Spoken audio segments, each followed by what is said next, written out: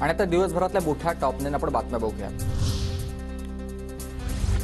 वंचित सोबत दोस्तीचा हात पुढे करायला आम्ही अजूनही तयार, वंचितला हव्या असलेल्या 2 जागा द्यायला तयार, काँग्रेस प्रदेशाध्यक्ष नाना पटोले यांचं हे वक्तव्य।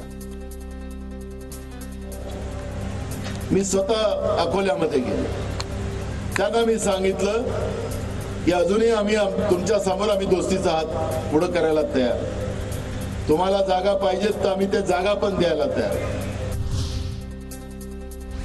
धैर्यशील मोहिते आणि रामराजे निंबाळकर शरद पवार गटात येणार असल्याची सूत्रांची माहिती आहे, तर रामराजे, संजीवराजे किंवा धैर्यशील मोहितेंपैकी एकाला उमेदवारी मिळण्याची शक्यता आहे। विश्वसनीय सूत्रांनी TV9 मराठीला ही माहिती दिली आहे।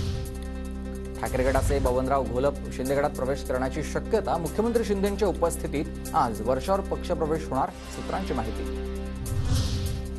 शरद पवार गटात 17ची जागा लढवणार, 17ची जागा काँग्रेसला मिळणार नाही, TV9 मराठीला सूत्रांची माहिती आहे। पृथ्वीराज चव्हाण तुतारी चिन्हावर लढल्यास पवार गट विचार करणार असल्याची माहिती।